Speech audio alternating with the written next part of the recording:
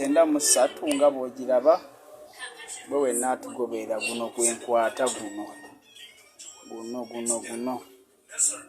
akati weteeketeeke owulire ensonga zonna guno akati eno ye kyenda mu ssatu ekyasinze okuyizibwa n'okutuuka ewala gwe wenna tugoberera weebale nnyo weebale ddala tuli Mengo Kisenyi wano Kiganda zone mu kibuga wakati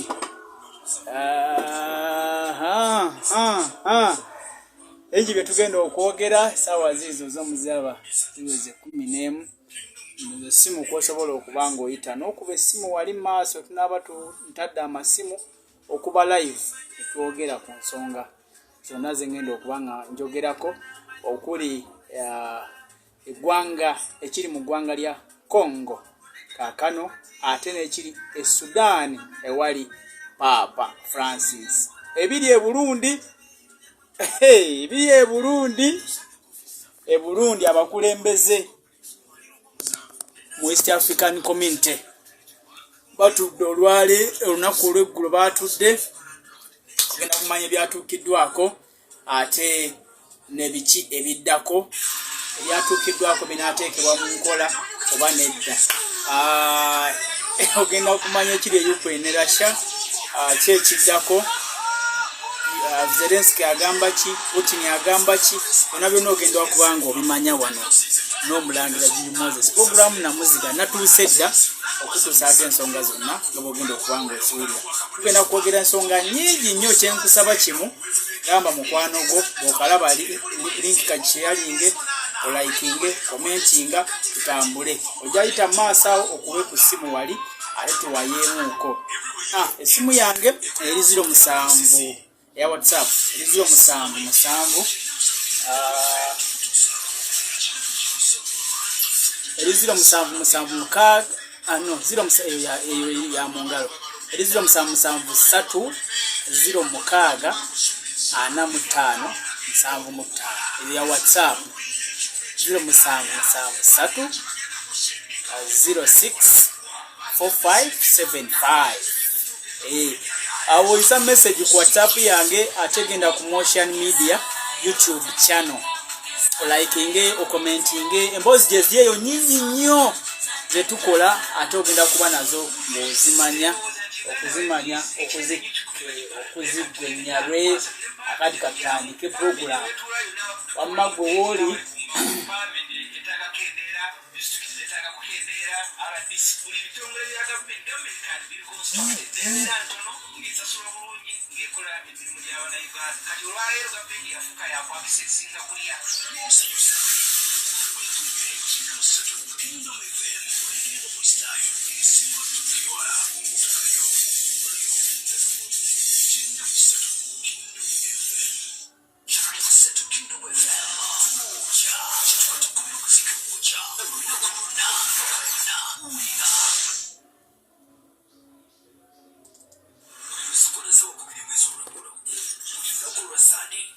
tutandise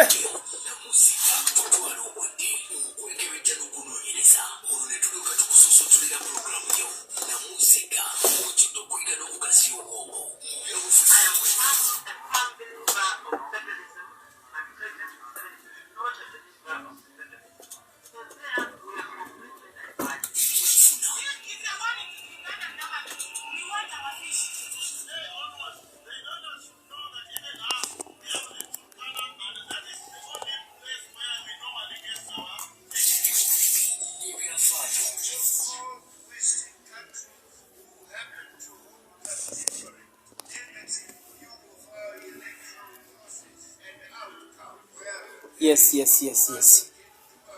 webale nnyo kubanga okyali ne 93 Kingdom FM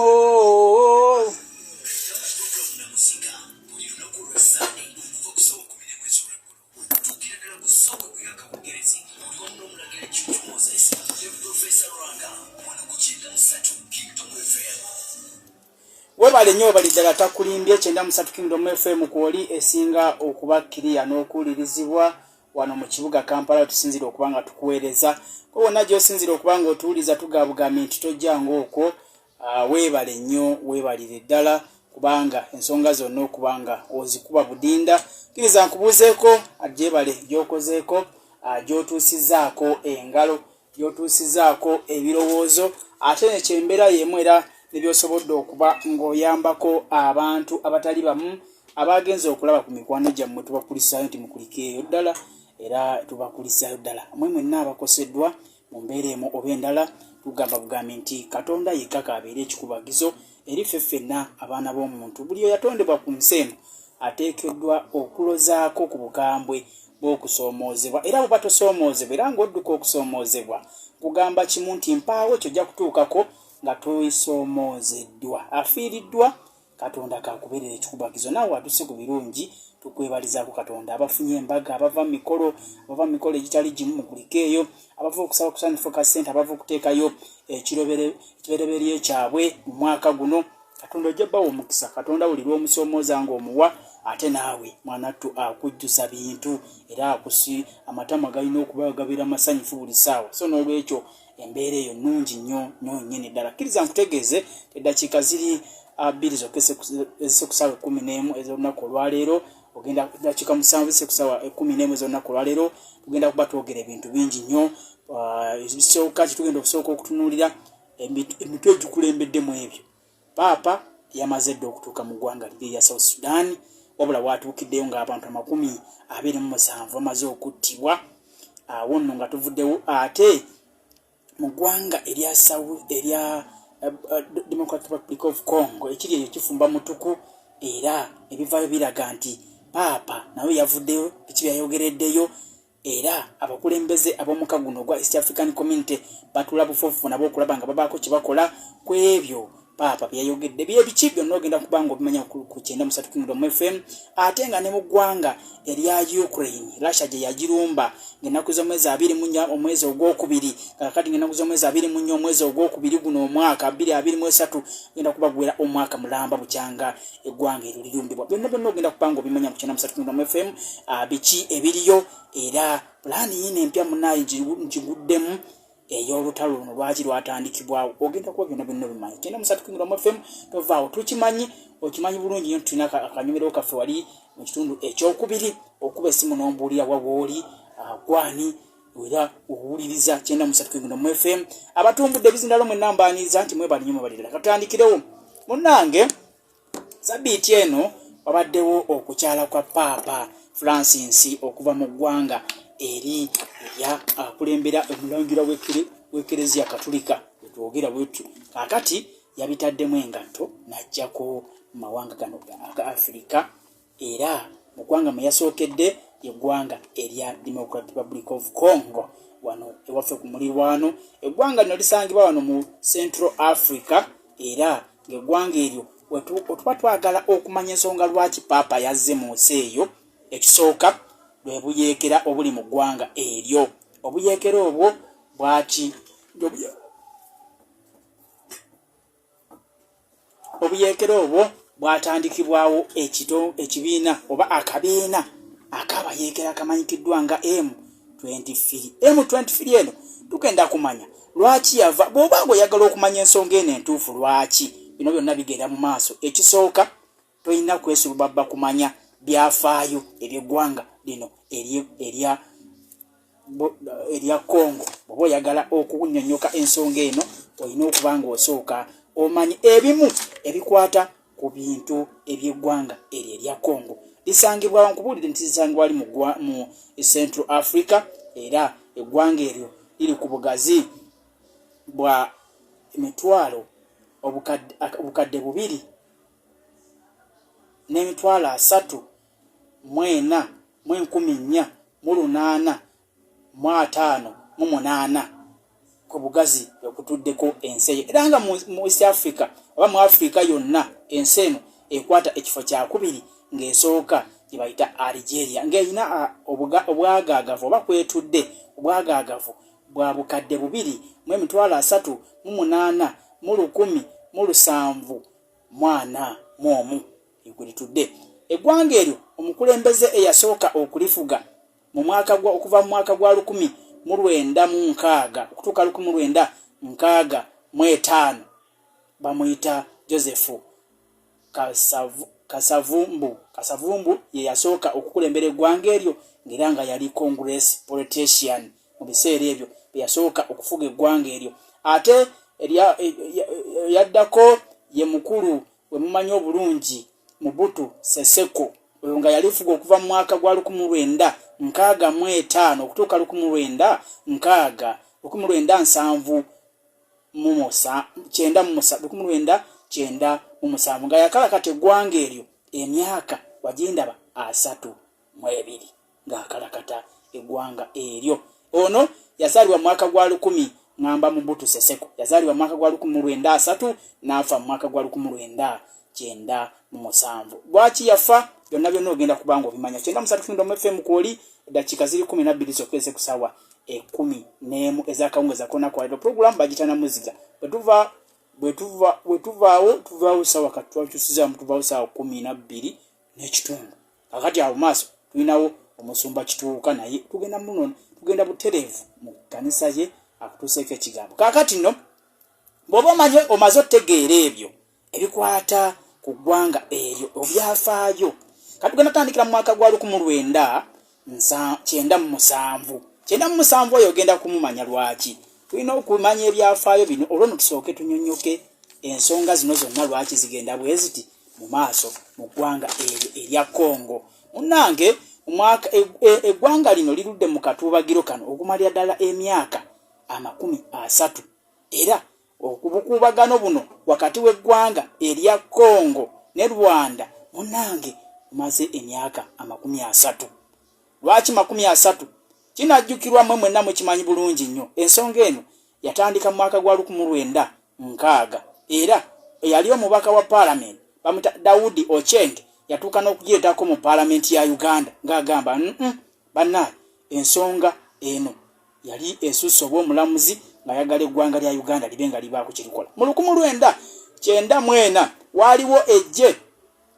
erya RPF eyo eyakulemberamu oba ye gavumenti kati eri mu buyinza mu ggwanga erya Rwanda. RPF mukola obulumbaganyi obwo oba okunoonya emiwaata mwesobola okubanga ekutwala obukulembeze bw'eggwanga erya Rwanda yakola obukodyo obw'enjawulo okulaba nga efofetta n'okulaba nga ewamba gavumenti yali mu buyinza ekiseera ekyo. Era mu kukola ebikwekweto ebyo byagenda okukomekkereza nga omukulu yali akulembera ekibiina ekyo ekya RPF game ng'amaze okuwamba eggwanga eryo. Bwe yamala okuwamba eggwanga olwo waliwo okusaasaana nga bw'omanyi baba wabeera mu gavumenti ate ne badduka ate abamu ne basigala ababadde bali ku ludda oluva gavumenti olwo ne beefuga eggwanga. Kakati kigambibwa nti eggwanga eryo lyalimu Abahutu n'Abatuusi. Kakati Abahutu munnange be bali mu gavumenti kati bwe babawamba weebata ne bagamba ewanyuwaawo ne babiteekamu engatto ne baddukira mu ggwanga erya Congo mu mwaka gwa 1994. Abatuusi ne beefuga eggwanga eryo n'okutuuka olunaku olwaleero. Munnange Abatuusi ebyafaayo biraga nti we baatuuka mu ggwanga eryo Abahutu we baatuuka mu ggwanga lya Congo nabo ne bagamba tujja kutuula eno ewalungi tebaba wammwe. Ne batandikawo obubinja obutali bumu. Obubinja obwo okulaba nga bubayambako okuddayo ate mu ggwanga babe nga bafuna oba beddize entebe yaabwe yali batwaliddwako omukulu Paul Kagame. Kakati obwatuukira eyo obubinja obwo ne butandikawo era bwe bwatandikawo munnange mu biseera ebyo eggwanga eryo erya Congo lyali bufugibwa Mobutu Sese Seko mwabwe nkubuulidde wali mu kusooka mu byafaayo. Kakati bano bafuna ekinyegenyege era bagamba naye lwaki tufunayo naffe Congo eyo gwe tuwagira n'amwamulako Mobutu Sese Seko ono munnange nga batandika nga bawagira Joseph Kabila mu 1900 olwo omukulu nga bamumamulako mu mwaka gwa 1997. Jjukira omukulu oyo mu mwaka ogwo gwennyini mwe yatemulwa n'afa. Olwo Joseph Kabila n'akwata obuyinza. Joseph Kabila bw'akwata obuyinza akulembera awo okusinza ku byafaayo biraga nti Joseph Kabila ono naye yajja n'okusomoozebwa okwenjawulo kubanga era mu kiseera ekyo wankubadde naye yali awambye obuyinza era waabalukawo obubinja obutali bumu obwaba mukwata mundu kakati twogere olwaleero buli mu bibinja 10 n'omusobyo abali mu ggwanga eryo nga banoonya okumamulako gavumenti ez'enjawulo era nga bamukwata mundu naye munnange bw'ogenda okubabuuza akajojjo ebibuuzo owaayi lwaki mutta abantu lwaki muyomba lwaki mulwana munnange ebibuuzo ebibakuddamu tebiwa nsonga nkulu lwaki batta abantu. Abamu bagamba nti ekibatisa abantu oba ekibakwasa emundu ekibabeeza mu nsiko eyo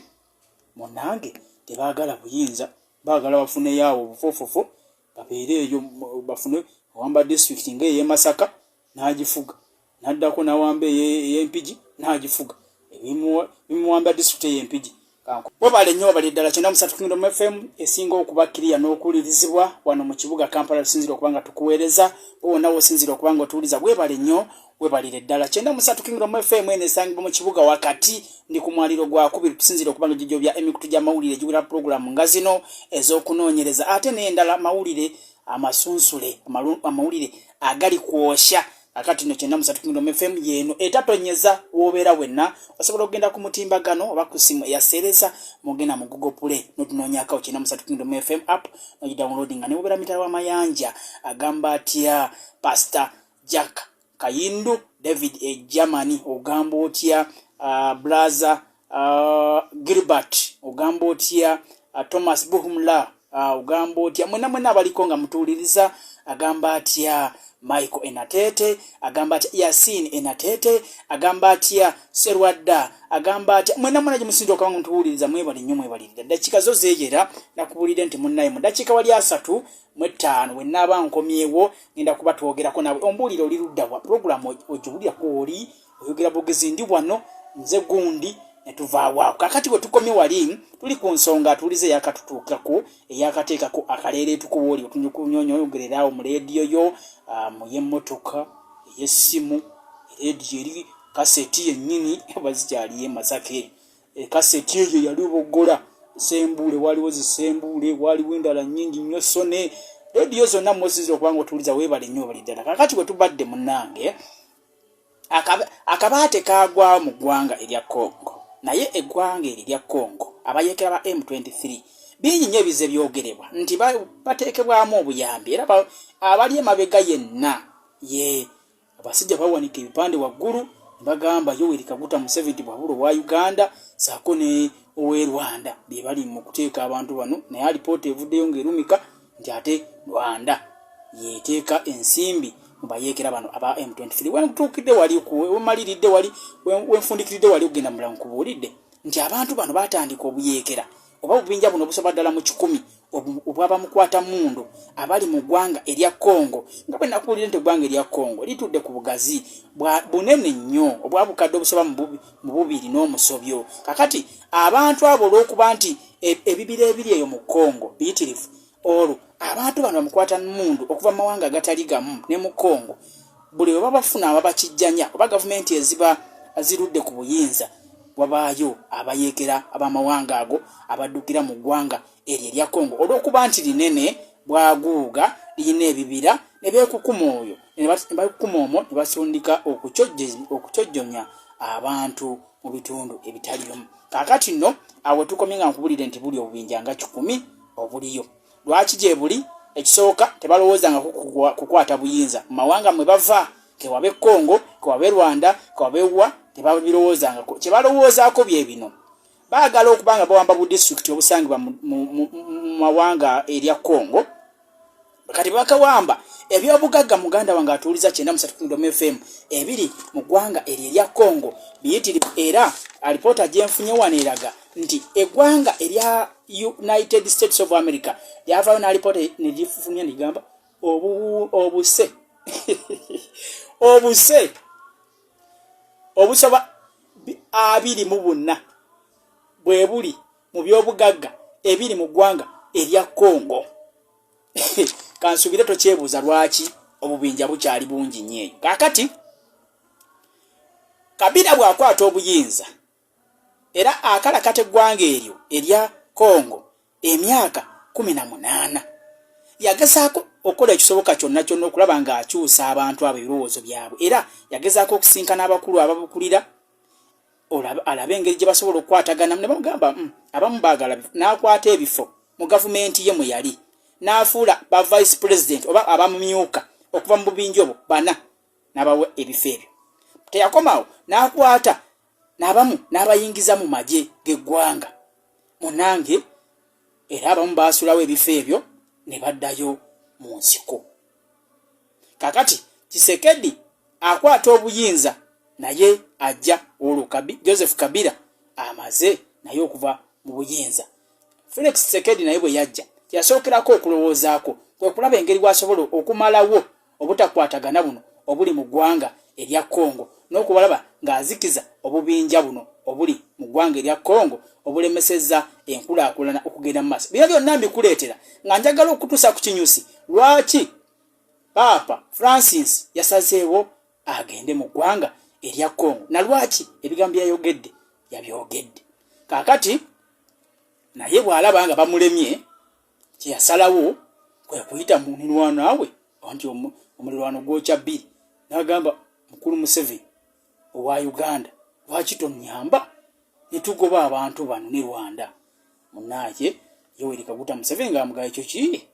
kisalidde mu ntamu, gwe mbuulira bubuulizi ddi lw'obaagala. Munnange niwe tutuukidde olwaleero mwenna mukimanyi bulungi njogera ng'owejjamba abika. Kaakati nga Pulezidenti Museveni batwalayo amagye. Mujjukira okusika omuggwa okwaliwo nga batwala amagye mu ggwanga erya Congo, Paalamenti yagikakasa eya wano,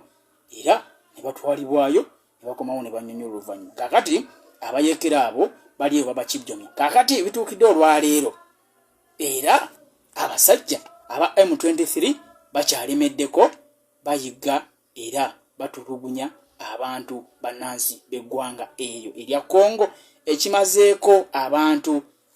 enviiri ku mutwe. Ate ya lipoota okuvaayo nekakasa nti ate Rwanda munnange bwe bali obumu mu East African Community ate yateeka essente mu bantu bano. Kati Tshisekedi n'agamba bannaye n'azikubamu ne zaaka. Munnaye okuva olwo embeera teddangamu kuterera. Bangi nnyo abavuddeyo okubanga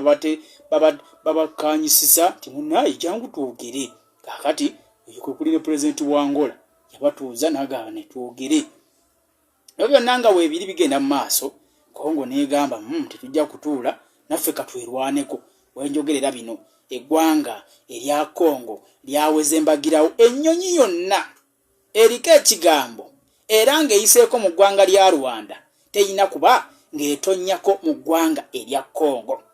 Atuuliza bino bigenza okujja ng'ennyonyi emu yakakubwa. Awo nno we tutuuse. Kaakati agambye tewali nnyonyi eddamu kulinnya mu ggwanga erya Congo nga nze nvuga Felix Tshisekedi. Ebyo bitwalawa amawanga gano gombi. Bwe tweyongerayo ku nsonga eno, bingi nnyo ebize byogerebwa ng'era yakakasa lunywe nti abakulu bano be bateeka ensimbi. Bannange ekibuuzo ekyebuuza nawe ky'onaanziramu awo maaso bwe tibanga amawanga gano gombi nga gabadde gaogera nti tulina okutuuka okukukkaanya era nga kituufu tewali kusika muguwa era nga tewali kigendererwa kikulu kiri mu nsonga eno, nga tuddayo wali ku nsonga ya 1994 we baawambire eggwanga lya Rwanda ne wadduka abahutu abali mu bifo ebyo ne baddukira mu ggwanga erya Congo nga nabo bagamba baagala kudda mu ggwanga erya Rwanda okubanga bafuga nga bakibanga si kyekyo nga waliwo omu agamba nti nze nja kuwagira bano nange nja kuwagira bali. Kiki ekiyinza okukolebwa okulaba nga kimalawo okusika omuguwa kuno n'abantu okubundabunda? Atuwuliriza abantu abasoba mu 52,000 be bali mu kubundabunda mu ggwanga eryo erya Congo. Otuukidde olwaleero abawerako bafudde, ensimbi nnyingi eziteekeddwa mu mbeera eyo. Kaakati nkubuulidde nti omukulembeze wa Angola yayingira mu nsonga zino ne bigaana, era Uganda ne Kenya ne ziyingira mu nsonga zino ne bigaana. Kaakati ekyebuuzibwa East African Community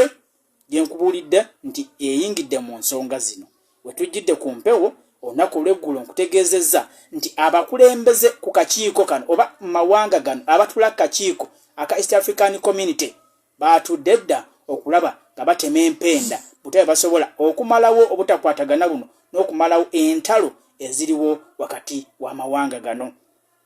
Ekyebuuzibwa UN yenaasobola, AU yenaasobola, oba komesa yenaasobola. Akati awo ensonga bwe situuse.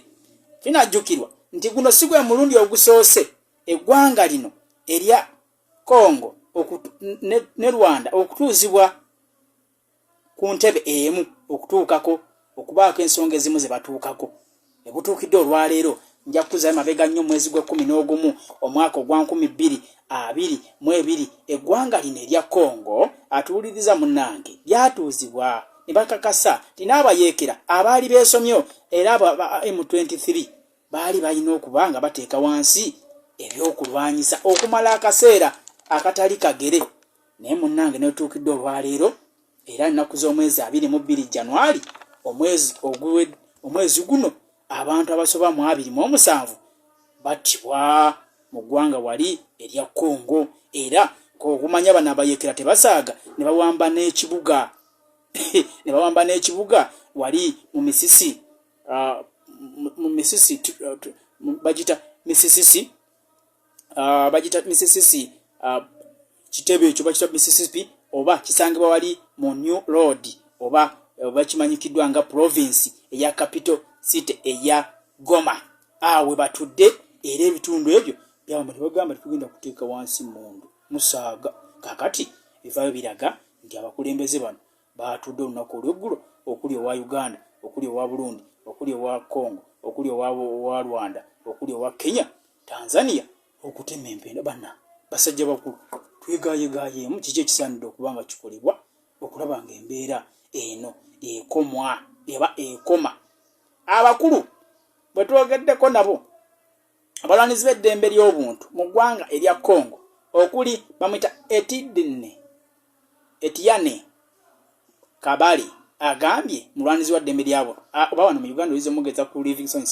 Sewanyana agambye obuzo wa bano banajjamu omwasi mu nsonga eno East African Community bwetudde abo tebalina naawe tebalina kye batugamba tebalina kye bajja kukolawo era ebisigadde byonna byapwerere byappa munange ensonga ziizo bwe ziri mu ggwanga erya Rwanda. Bino byonna ebijjidde ng'eggwanga lya Rwanda bali mu kulikaayanira era gambye Rwanda eringa akawala akalungi akali ku kyalo nga buli muvubuka w'oku kyalo akolamu akasente n'anoga emmwanyi sizoni si y'emmwanyi emmwanyi yabaze abala akawala ako. Kati Rwanda eno jjukira yaliko matwale ga Bufaransa era kituufu nnyo ddala naye waliwo ebyagwawo awo akawala kano ka Rwanda ne wabaawo ebitaagenda bulungi n'omusajja oyo gwe kaafuna munnange ebyavaamu kuyombagana kugira kuti aleeseeyo akasente awo nga omukyala ate muwala akyalabayo kugira oti ng'omuwala Bungereza tamubasudde Bungereza nga tamuwa neddiirwa awa muwadde omulimu amugaba birwa kitontwalira bano abava eri mawanga nga bajja banoonya emirimu wano basooka nga babiraga era omusimbi ne guyita waawo. Bingi nnyo ebyayogerwa ku nsonga eyo. Akati ate ne United States of America naye gamba nange akawala akunkaagala kaagala kale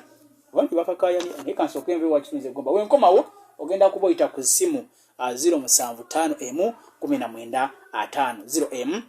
oyogere kawala awo wuliruddawo okawuliridde awala ka Rwanda ako bakaagala buli omu akaagala endalizo 776 23 22 ate endalizo 778 075 8 ajja kuboyita awo ombuulire wulirudda wowuliza kina musatu kinza maza utaddeko leediyo kaseti utaddeko leediyo ya mu mmotoka oba kale kankome ozanya kanyambale wamme byafaayo fegene maaso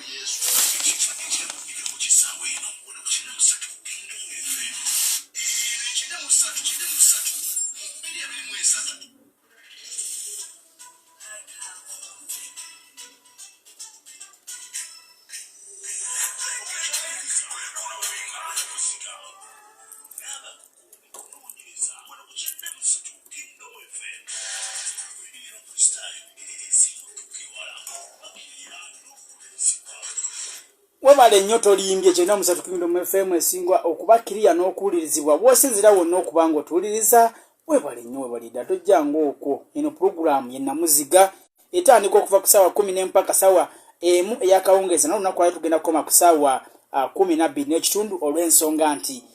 Pastor Kituuka munnange naye yazze okubanga awagira obwakabaka bwa Katonda era genda okuba kutuusaako enjiri obwakabaka bulono bugazi we bubeere ku mayiro 10,000 bufukunya utamanyi buli muntu abeere ng'amanyi nti Katonda ye Katonda era mwene yennanyini ensi yennanyini buli kimu w'osinza okuba ngutuliza kansooke nfune bano ate tugende mu kyenda musatu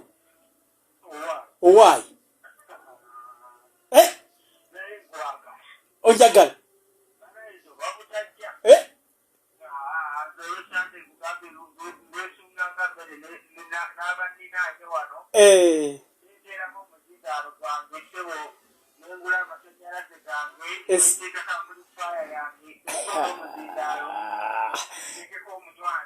mukama wange webale nnyo webalire ddala esebo iki mayika ate mayiko mateeka owaayi kwoli waliwo awo abantu bameka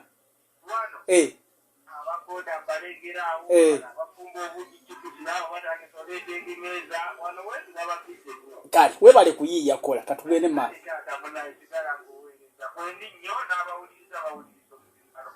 kale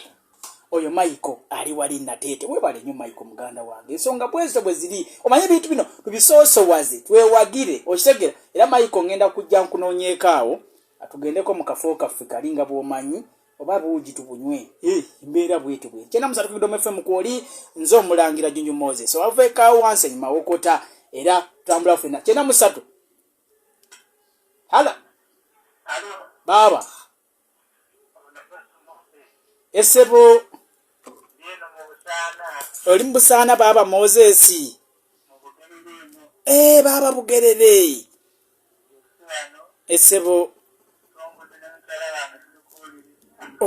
mwebale nnyo mwebale singa obadde waawe edduuka bandi bawadde kyemunywa ne mubeera nga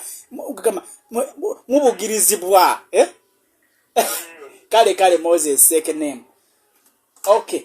kyenda musatu Kingdom FM kwoli kuba bwekubye essimu oyita ku 075 emu 19 ndala 0 emu ndala 077 mukaga 23 22 00758 23 oyitaawo ombulire ndi wano nze Yasini linda tete nze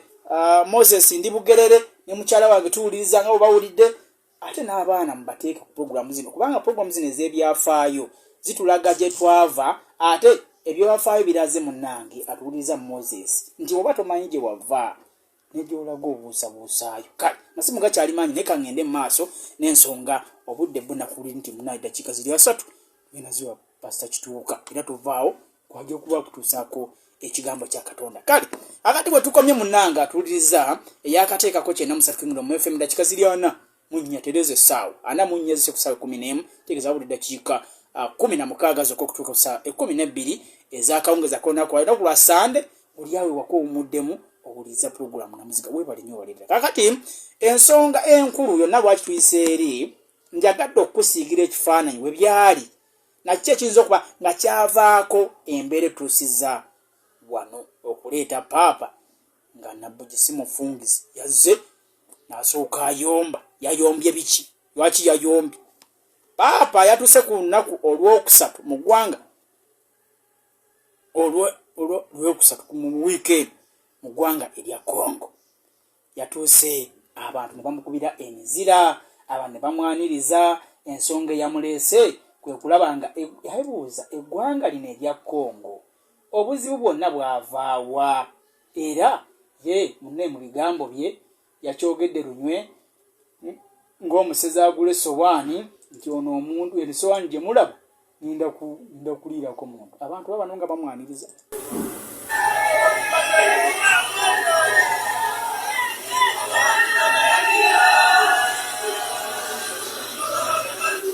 bebo wawulidde nga bakoona endongo bamwaniriza kakati Paapa bwe yatuuse munnaye mu ggwanga erya Congo atuwuliriza Papa Francis gwe njogerako munnange ennyonyi lwamutuuziza ku kisaawe n'agenda n'asinkana mu omukulembeze w'eggwanga ye Felix Tshisekedi. Felix Tshisekedi mu kumusinkana biki bye baayogedde? Felix Tshisekedi yamutegeezezza nti munnange eggwanga lino lyolaba lyali litebenkedde mirembe okuva mu myaka gy'abajjajjaffe eri emabega, naye munnange tutuukidde olwaleero tuli mu miteero egitagambika. Paapa yayogedde bino. Mu kwogera kwe Paapa yagambye tugenda kusookera mu misa gye yasoose okuyimbibwa mu ggwanga eryo. Era nga misa eno munnange kigambibwa nti ye misa yagenze mu byafaayo ekyasinze okubeerako abantu abayitirivu. Atejjukira kyenjagala okutegeezaako nti eggwanga lino erya Democratic Republic of Congo atuwuliriza erisingamu abantu abakatuliki. Okitegedde? Era ng'abantu ebitundu 5 ku 100 ababeera mu ggwanga erya Congo bonna atuwuliriza bakatuliki. Era kino kyandiba nga ya Paapa yalabye nga abantu be babonaabona akati mu kisaawe kiri ekya Ondora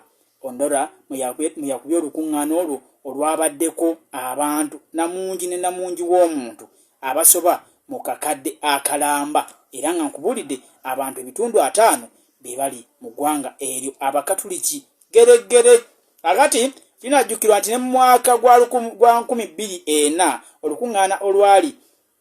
mu ggwanga erya Philippines mugita Philippine naye nga Philippine oba Abafilipino, olukuŋŋaana olwaliyo munaye lwamenya nalw'emiti. Era mu nsi yonna lwe lwakola likodi ng'abantu abakatuliki abasinga okuŋŋaana okwaniriza Paapa. Akati Papa Francis mu kwogerako eri abantu yagambye, wano wulirizaawo nnyo, yagambye ebigambo bino nti nze ndi kyeruppe era seegaana, naye ekisooka njagala okusooka okubasaasira bannansi b'eggwanga lya Congo olw'emitima gyammwe egijjudde amaggwa, erijjudde amabwa, erijjudde obukaawu, erijjudde enyiike etagambika olw'abantu abajja okubatigomya okubabbako ebyobugagga byammwe. N'agamba naye nsaba nga tunagenda wala, nsaba musooke mukole kino, musaasire n'abo bonna ababakoze ebikolobero ebyo, mufune wakati mu maggwa ago n'ebibundu ku mitima gyammwe, bwe mubasaasira mubatuuze mubasonyiwe nga Yesu Kristo bwe yagamba nti mubasonyiwe abo kubanga tebamanyi kye bakola. Paapa yagenze maaso n'agamba nti akooye okulaba nga bakyeruppe ababadde beefudde ekyokulabirako ate beefuddemmo mu kubba, okuculumpanya n'okujja okubba ebyobugagga by'eggwanga lino erya Congo n'amawanga amalala ku Afrika kuno. Paapa yagambye nti ayagala bino bikomezebwe embagirawo, era n'agamba nti byandibadde bisimibwa nga batwalibwa mu birombe by'enjawulo ne bitwalibwa, naye nga bannansi b'eggwanga erya Congo tebalekebwa nga beerya nkuta. Paapa yagambye ayagala amawanga gano ag'abakyeruppe gakomye, yakyogedde mu lunywe n'agamba nti bakomye obubbi obukuusa okutwalanga ebyobugagga eby'eggwanga erya Congo, olwo bannansi b'eggwanga lya Congo ne basigala nga beerya nkuta. Mu kuvaawo Paapa wenkubuuliridde nti yagenze n'asinkanamu omukulembeze w'eggwanga, era ebigambo byayogeredde muganda nga atuuliza era byabadde bikaawu nga mususa. N'agamba nti eggwanga lino erya Congo lyo lyalyaki? Ekisooka ng'agamba abaana ababonaabona, abakyala abafa, abakyala ababundabunda, abaana abakaaba obutakya baalaba ku mitimbagano, baalaba ku TV ez'enjawulo, byawuliriza no ku 93 Kingdom FM nga tubikola. Lwaki babonaabona olw'abakyeruppe? N'agamba baba tebasobola kubeera waabwe beegaggawazi n'ebyabwe, tayagala kuddamu kubaba nga bali mu bakatuliki be, babaliisa akayirigombe, babaliisa akakanja, babagoba eno n'eri, era n'agamba nti ebikolwa ebyo bisaanidde okuba nga bikoma. Paapa yabadde alina okugendako okwongezayo olugendo lwe agende mu kibuga kiri kyenkubuliddeko ekya Goma, naye munnange okusinziira ku mawulire ge yafunye ng'ayita mu bakuumi be abamuwa obukuumi, baategeezeza Paapa ne bamugamba taata tukwagala nnyo omulangira w'Ekereziya naye tukusaba togenda eggoma atuulize eggoma wenkubulidde nti abayekera bali aba M23 ennaku z'omwezi nga 27 Novemba omwaka 2022 gwe tukubya amabega gye baawamba ne babeera eyo kati nga baga Paapa bwogeza n'ogende akali mutuyinza okukafiirwa bo ne beegaggawaza n'abantu baabwe na Congo n'amawanga malala mu Africa galya nkuta Paapa bwe yatuukidde eggwanga eryo bwe totoloto mu byobufuzi n'enkulaakulana Paapa n'agamba na bano nabo era ntegeddeko nti nabo bakijjanyizibwa era bali mu mbeera y'emu kampite yondape akati Paapa bwe yatuukidde munnange mu bitundu ebyo eby'e Congo ate munnange ebintu amawulire agavaayo si malungi akano ng'era kigambibwa nti abantu abasoba mu 27 ezifumbe bwabwe zimaze ovuunikibwa kivudde ku ki lunaku olwokutaano yes lunaku olwokutaano bino byonna nga Paapa lwakuna nga tannatuuka mu ggwanga eryo abantu abasoba mu 27 kubuulidde baafudde mu kibuga ekimanyikiddwa nga Pretoria State of South Africa South Sudan baafudde ki bano kigambibwa nti wabaddewo obutakwatagana oba wabaluseewo okusika omugwa wakati waabwe aba South Sudan oba abalunzi buyinza abalaalo ate baafuddewo bukanzu n'abatuuze oba emmere yali ensolo zaalidde emmere y'abatuuze ne beesuulamu obutale omanyi munnange awulize Sudan oba tomanyi bifaayo Sudan eyo Moses wulira bino Sudan gy'osanga omusajja ng'alina akasiisira naye ng'alina emmundu zaawo mu nsonda mu kasiisira nga nnya nnya ziri awo kakati bw'omunyiiza bw'oti ajjayo bujja n'akubalula okitegere kakati bano kigambibwa nti abalunzi bano n'abantu ba bulijjo oba baavuddewo bukanzu yagenza okuggwa nga kigambibwa alipoota eyakavaayo mukutu gwa Al Jazeera ne BBC bambuulira nti abantu 27 bamaze okulusulamu akaba abasinga basimatuse n'ebisago ate nga n'abalala waliwo abakyali ku tebuuke tebuuzibe tebuukeese taakeese taasulewo yali ku mimwa kakati bwe bityo biri Paapa waatuukidde mu nsi eyo yagadde okutegeezaako nti nga birungi si birungi nga yagenza okusaka tannadda oba tannadda kati naye kansooke nkole mbwenti bwe nva wakitunze eggomba ajja kuba akomyewo bana baakomyewo tugende mu maaso Moses awo ne Michael we muli abatuuza mwenna tugende mu maaso n'ensonga kansooke nkole akasente kano nkajjewo bakekandeete Kampala wano Muganda kati kansooke nkajjewo tuwulire bano batugamba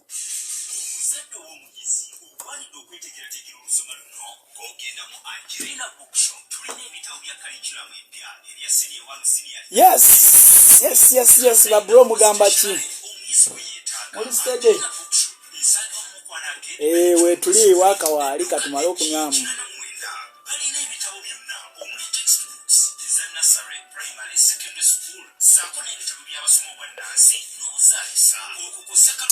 azikana mwana kamaanyi wenzo oli nakola otuzi tuno byadala byo gana amazzi gana amazzi galaba edduka ankubadde abamu bagaferaafera naye gana amazzi gakyasitandinze gano gakyasitandinze era ali commend you okuganywa anywenu naye bino byonna nga bigenda mu maaso saagadde weerabire